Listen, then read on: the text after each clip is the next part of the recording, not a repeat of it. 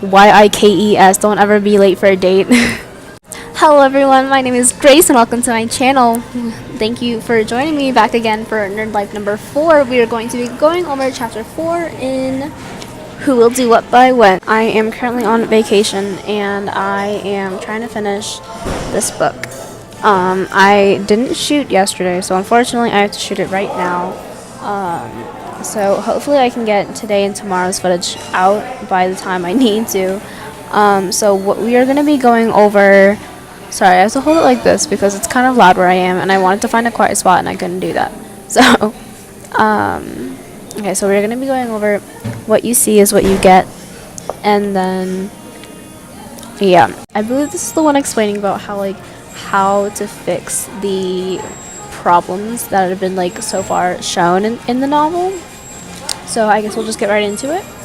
Traffic was mercifully light driving past the Jefferson Memorial and down the George Washington Parkway toward Alexandria, sparing Jake further angst and speeding his trip to the baseball complex.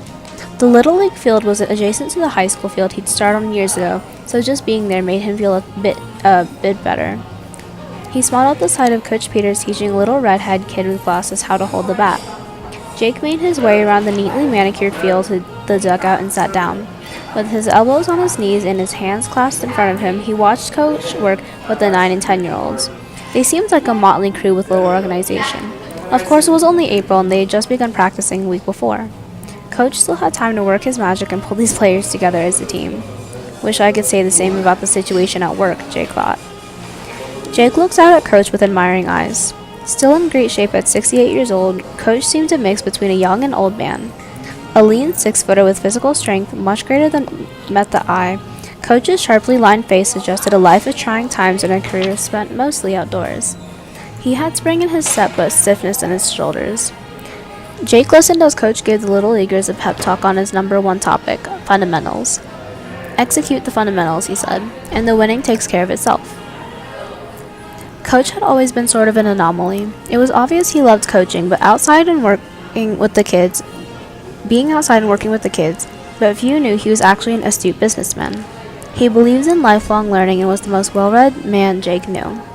Unbeknownst to Jake, Coach even coached business executives from time to time. Practice ended and Coach sent the kids to their waiting moms and dads. As he made his way to the dugout, Jake stood up to greet him. "Well, look who's here," Coach enthusiastically pumped Jake's hand and thumped him on the shoulder. "Great to see you, Jake. How's it going?" Jake hesitated one beat too long with his answer, and Coach picked up on it, just as he always used to. That one bushy eyebrow went down, and he looked into Jake's eyes just long enough to know all was not well with his friend and former All-State ball player. "It's going, Coach," Jake replied with a lame attempt to sound happy. "Sit with me for a minute, Jake," Coach said. Will Peters had retired 3 years ago after an illustrious career as coach and teacher at Alexandria High. Since then, he had spent his summers coaching Little League. He was a great coach and a great person everyone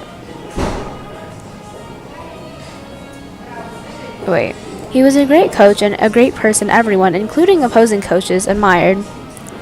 Coach had a sense of peace and calmness about him, the kind that comes from having lived life authentically. Coach had been a special friend to Jake throughout his 4 years of high school, as well as an encouraging advisor during his college ball-playing days. Jake trusted him implicitly. "I've got a huge problem, Coach, and I don't know how to solve it because I don't really know what the real problem behind the problem really is." Then Jake added, "Good thing you weren't my English teacher, huh?" Coach laughed and said, "Good thing for both of us. What's going on?" Well, said Jake hesitantly, trying to figure out the answer to that question himself. "I'm heading up a team of insurance agents, and sales have been going down since I took over. My boss basically threatened me, saying I'd better get them going or else he needs someone to do reorganizing. My people are slacking off and are unmotivated. They're lazy and just don't care about what results they produce." Jake paced back and forth as he told Coach a little about each of his staff members, what he said at today's meeting, and the general status of his stressful life. The only bright spot he mentioned was Christine. Coach interrupted only to ask for clarification on a few points. When he exhausted his story, Jake expressed hope that Coach could help him somehow and sat back down on the dugout bench.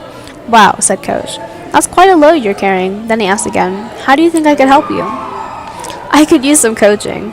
I know you coach baseball, but you were so good with our team and are so smart that then I'm confident you could help me with my team. Coach lowered that same bushy eyebrow. I've got some great tools I enjoy teaching that are so fundamental that they improve team performance on the field, in the business arena, and everywhere else. If you were willing to make a commitment, I could help you learn them. Great, said Jake gratefully. I knew it would be a good idea to talk to you. I just wish I'd done it before I dug such a big hole at work. But I couldn't ask you to coach me for free. That's part of the commitment, smiled Coach. If you don't invest in the process, you won't get the return you want. Coach, said Jake, I know I could go back to being a successful salesman, but I want to move forward. I've never failed at anything, but this managing thing is kicking my butt. I would love another chance to have you coach me. What would it take to make that happen? After a brief conversation, the two agreed on a cash plus batting practice deal. Since Coach's arm wasn't what it used to be, Jake would work off a small part of Coach's fee by throwing batting practice to the team once a week. Okay, then let's go, said Coach. You mentioned that your staff is lazy and don't care about the results they produce. Is that true? For sure, said Jake, slipping easily back into complaining mode. They have some talent, but they don't perform. They don't put in the effort. They're just there to do the bare minimum and get their paychecks, nothing more. Do you know for a fact that's true? Asked Coach patiently. Yes, Jake responded. Jake's momentum stalled as Coach's last question worked its way through his head. I may be new to managing, but I can sell insurance, and I know what it takes to succeed. And I see they just don't have it. Jake, said Coach, do you remember the day back in high school when you and your buddy CJ showed up at practice with your new Oakley sunglasses? Of course, said Jake, more than willing to change the subject to a happy memory. I thought I was pretty cool. Actually, I was pretty cool. When you looked through those yellow lenses, what color was the grass? When you looked through those yellow lenses, Coach advanced. What color was the grass? Well, it looked yellow. That's right. How about after you had them on for a couple of hours? How did the grass seem to you then? Normal, I guess. I got used to the lenses and forgot I had them on, so I didn't think about it. So, was the grass being yellow a fact, which is something collectively agreed upon, or fiction, meaning something you made up? Your interpretation, Coach asked. By that definition, fiction, Jake said. The fact is that the grass was green, continued Coach, but it appeared as yellow to you because you saw it through yellow lenses. If you completely forgot you had those lenses on, you would argue pretty strongly with anyone who said the grass was green. Yes, said Jake, ready to see where this was leading. We all have lenses on that color the way we see the world, said Coach. It's just that the lenses I'm talking about are behind your eyes, not in front of them, like your Oakley's. It's called your perspective. The problem with perspective is that you forget it's there. You think you see the world as it is, that what you see is the truth, but actually, you see things through your own personal lenses or filters. So, you're saying the opinions I have about my staff are fiction, something I made up, said Jake, connecting the dots. That's my perception, smiled Coach. Jake sat back, considering Coach's idea. But before we get into that, said Coach, let me add one more key piece. People act consistently with what they see. For example, this year I seem to have all the kids on my team no other coach wanted. The marginally talented, the underperformers, and the troublemakers. But if I see them as a bunch of unmotivated losers who would be lucky to win one game this season, how do you think I will treat them? You'd probably just focus on keeping them out of trouble and not expect much of them baseball-wise, said Jake. Does that sound like good coaching? The kind that makes them better people and better players? No. And do you think I would feel good about myself at the end of the season? Asked Coach. No, said Jake, the pieces coming together in his mind. Is this team capable of having a winning season? Coach posed. I don't know, maybe not. But one thing I do know is that I am not going to be the one that limits them by treating them like a bunch of losers. Despite how they look at first glance, I choose to see them as capable of great things, and I will coach them as if I knew they were champions. Does that guarantee that they will be? Of course not. But I know that gives them their best chance to find out how good they can be and how much fun they can have. It also is the only way I can feel good about myself when all is said and done. And so if I see my staff as lazy and poor performers, concluded Jake, I'll treat them that way, and they'll perform that way. But if I see them as having the possibility of performing great... Jake shifted his pensive gaze from the dugout floor to the beautiful green grass of the ball field. He could feel his spirits beginning to lift. Coach broke the silence. As I told you, I've got some great tools I can share with you that can help your team be more effective, accountable, and trusting, as well as create a great sense of personal satisfaction. Let me guess. They're fundamental, said Jake. Of course, said Coach. But if you see your staff as a bunch of lazy losers, there's no point in your learning these tools. In fact, you'd probably misuse them. A hammer can be used to build or destroy a beautiful home. Before we work on the tools, we need to work on the tool user. Coach's point made sense to Jake, though he would have preferred his staff needing to change, not himself. The final point I'll make about perspective, said Coach, is that you get to choose it. Just like your Oakleys have different color lenses, you can choose for them. You can choose the nature of the lenses behind your eyes. But as you know, Oakley lenses are expensive. You need to pay a fair bit for them. Yes, my mom wasn't too happy when I forgot them in the dugout after the McLean game and never saw them again, said Jake wistfully. It's pretty easy to choose a different perspective for a moment, but you have to pay a price to keep your new attitude. You have to be conscious of it, practice it, and strengthen it over time, just like any skill you might learn on the baseball diamond. And this isn't just about your performance at work, Jake. Your perspective on life determines the quality of your life. What perspective should I choose? Asked Jake. Whichever one gives you the most power in a situation, said Coach. For starters, though, you need to choose between being a victim, who focuses on how hard the challenge is, and how difficult external circumstances are making it to succeed, and being a player, who focuses on what he can do to create success. A player plays the game. A victim lets the game play him. Which do you think you're being in regard to your staff? I hear you, Coach, smiled Jake. The answer's too obvious to speak. Sounds like you're prescribing a new set of lenses for me. I'm happy to have the chance to be a player with you as my coach again. One of the greatest gifts you can give anyone is to believe in him or her, Coach rolled on, beginning the end of the conversation. We can't know what your team is capable of until you, their leader, see them as being capable of great things. Maybe you don't know what's going on with them. You might be interpreting behavior as laziness or incompetence, when in reality something else is interfering with their performance. Keep in mind that every time you judge them, you deprive them of the opportunity to change. You set them up to become just the way you see them. That's not going to get you what you want. It will actually create the opposite. I guess I can see that, said Jake. So it's sort of like, what I see is what I get.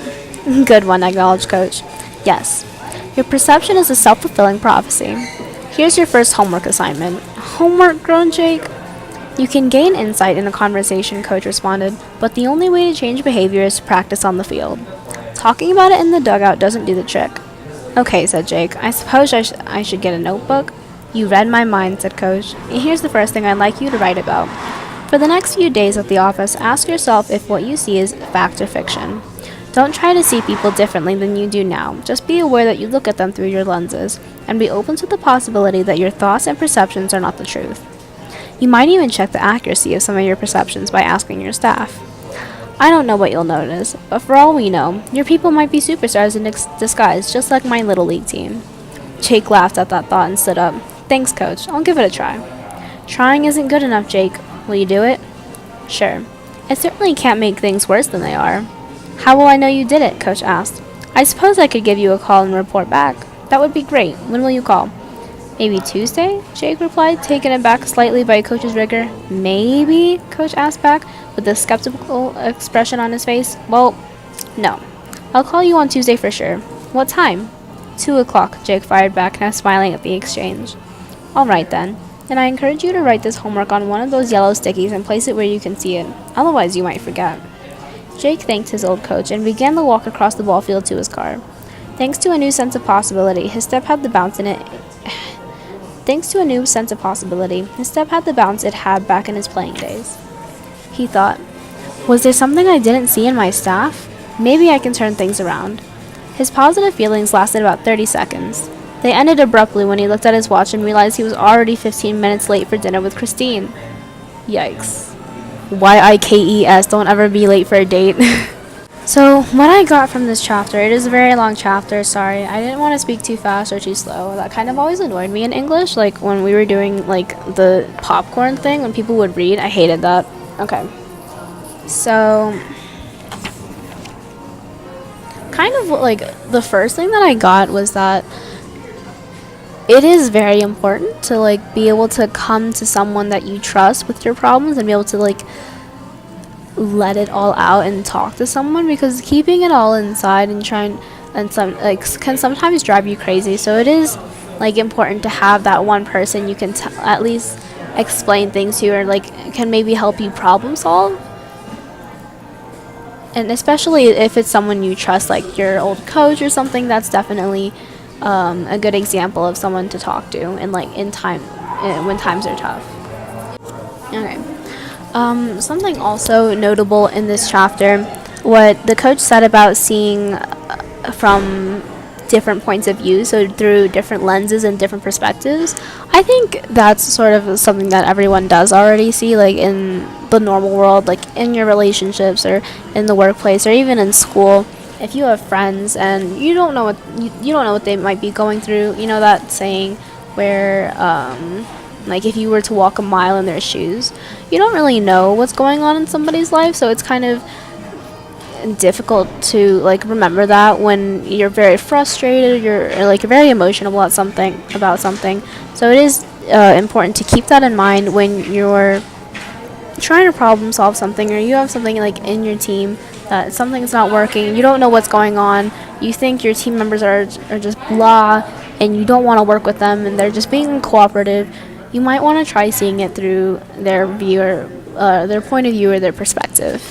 Okay, so the novel defines a victim as someone who focuses on how hard the challenge is and how difficult external circumstances are making it to succeed. A player focuses on what he can do to create success. I think that's also, like an initial and important like first step into realizing what you need to do. Because if you play the victim card all the time, you're not going to be in a position to start being like, okay, you know what, I need to get this done. You need to switch from like the victim mindset to a player mindset. Okay. I just kind of went over it quickly just because I know this was a very long chapter, and this chapter was very, very like well written out, obviously. So it was very self-explanatory. I just kind of wanted to go over those like key points in case like you didn't notice them or whatever.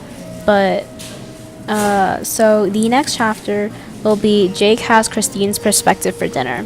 So foreshadowing, I think that means he's going to be looking through her point of view, like in their relationship or whatever. And like going back, it's always like difficult to see it from other people's point of view, just because you don't want to be you always want to believe that you're right or whatever. You don't want to believe that other people could be wrong, or that you could possibly be mistaken. It's very difficult to admit that, but I do think it's important to like realize that not everything may be as it seems. So, okay. Well, thank you guys for watching. I know this is going to be a really, really late upload, and I'm so sorry. I'm going to be trying to upload earlier this week. I will be gone. I won't be home. I'm going to be traveling for the next week and a half or so. So I'm going to be trying to get these out. I know most of my subscribers are going on Houston time, so I'm going to be trying to get this out as early as I can. I know it's heading 12 o'clock in Houston time right now, so I'm going to try and get this out, and I'm going to try and upload as early as I can tomorrow. So thank you guys so much for watching, and I hope I see you guys in the next episode. Bye!